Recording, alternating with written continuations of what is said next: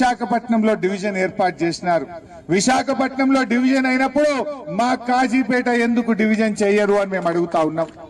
ఈ రేవంత్ రెడ్డి బాగా మాట్లాడుతూ కూడా బడే బాయ్ చోటే బాయ్, బడే బాయ్ దిగి దగ్గరనేనే, మరి ఎందుకు కాజీపేట జోన్ చేపిస్తలేవు?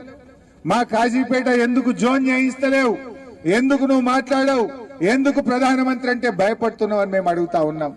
ఎందుకు నీ ఆర్ఆర్ ట్యాక్స్ బయటకు వస్తుందనా? నువ్వు చేసిన అవినీతి బయటకు వస్తుందనా? నీ 8 మంది ఎంపీలు ఎందుకు ప్రశ్నించరు అని అడుగుతా ఉన్నా.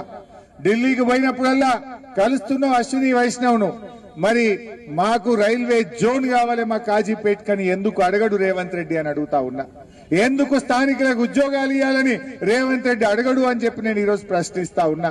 ఇక్కడ ఎంపీగా గెలిచిన కావ్య గారు, ఇక్కడ గెలిచిన 8 మంది కాంగ్రెస్ ఎంపీలు, 8 మంది బీజేపీ ఎంపీలు ఎందుకు పార్లమెంట్ స్తంభింపజేయరు అని నేను అడుగుతా ఉన్నా.